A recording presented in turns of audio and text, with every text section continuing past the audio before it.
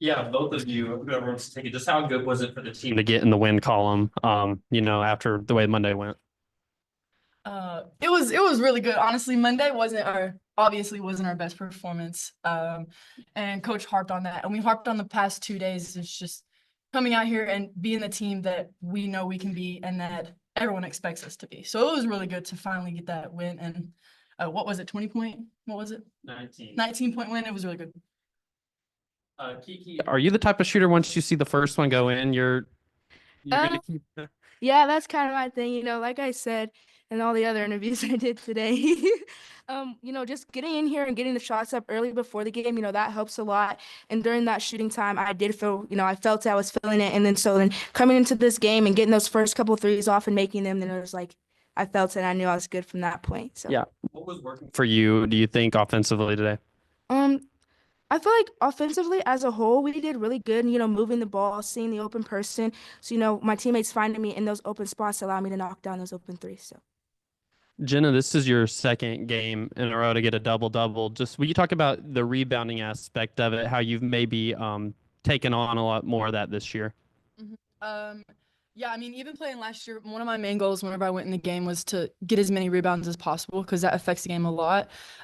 So yeah, just every time I'm in the game, I just go and hunt the boards because I know that if we get a defensive stop or offensive stop, we got to get that board or offensive whatever. We got to get that board and move to transition defense or offense. So I've just really harped on that. I guess Kiki or really anybody's having a shooting that day like they're having, how much of an emphasis does it become to get them the ball, and just speak on her performance today? Oh, like coach ran a play for her right out whenever you made like 4 in a row.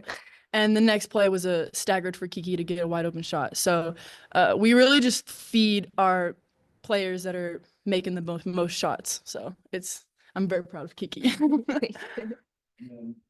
Either or both of you, whoever wants it, you guys had four players, get into double figures today. Just speak on the, versatility or I guess depth of your guys' offense, especially just from today's performance. um, having four people score double digits, I feel like that says a lot right there. I feel like we're a very unselfish team, and like I said, we have that type of offense where if you're open, you're gonna get it, and I feel like that correlated a lot today. So we had four people scoring, so we never play selfish. We're always looking to pass it to the open person, and that showed today. So.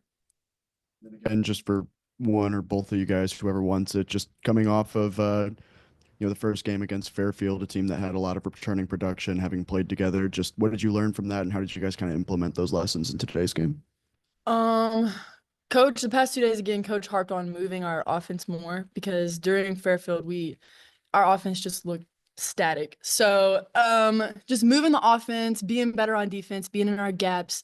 We worked a lot on switching now because Fairfield ate us up with the flare screens.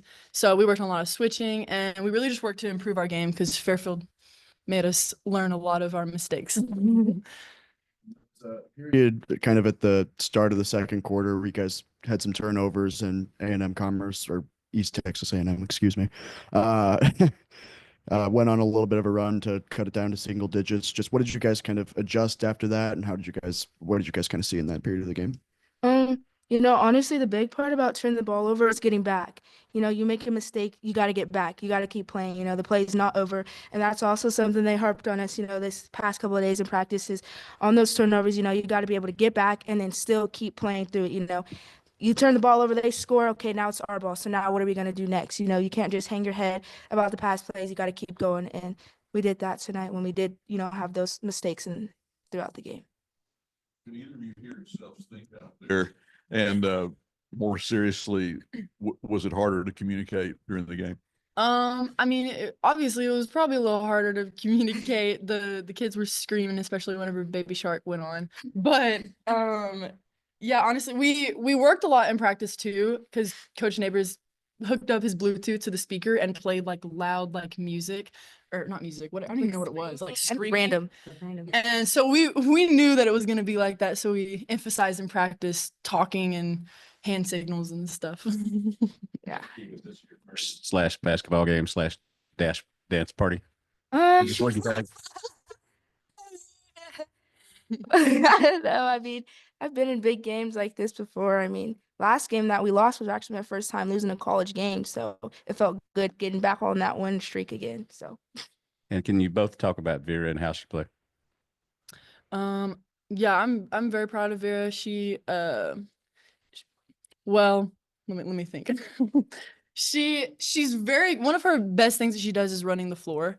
She's very good at running and taking that defender so the point guards can run off of her and score layups.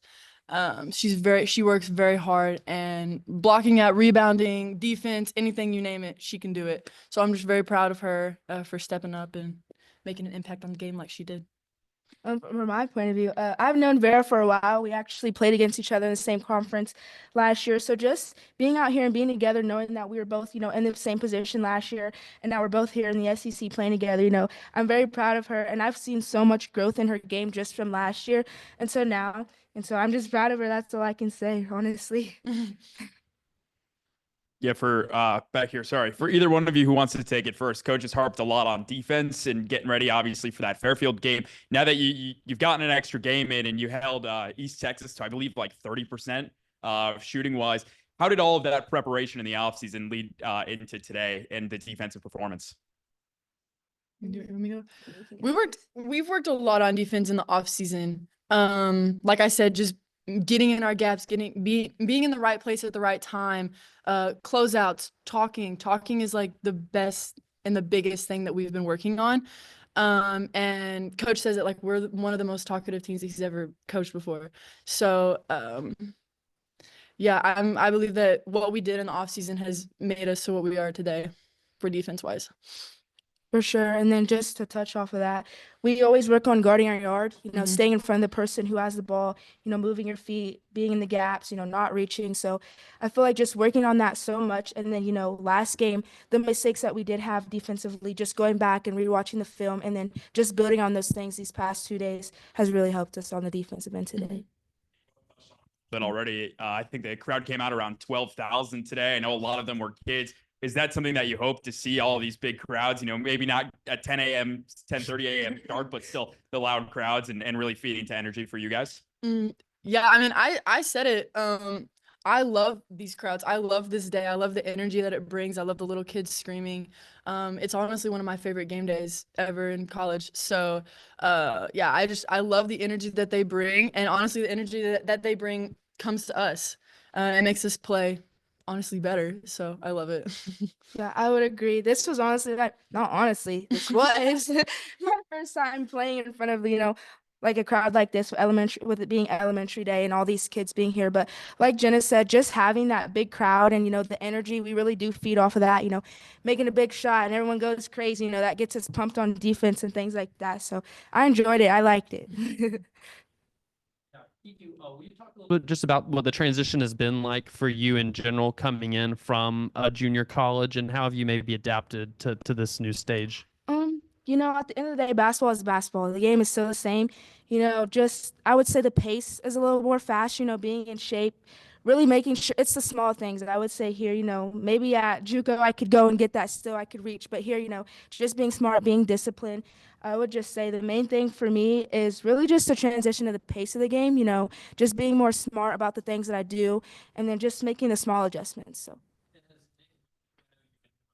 He kind of helped with the adjustment? For sure. Nick's been coaching me for a while since elementary school, and then we went to play at junior NBA together, and then he coached me EYBL. So me and him have a really good connection. He knows me on the court and just as well off the court. So just having him here and having him being able to support me has been a lot as well. Thank you. Thank you.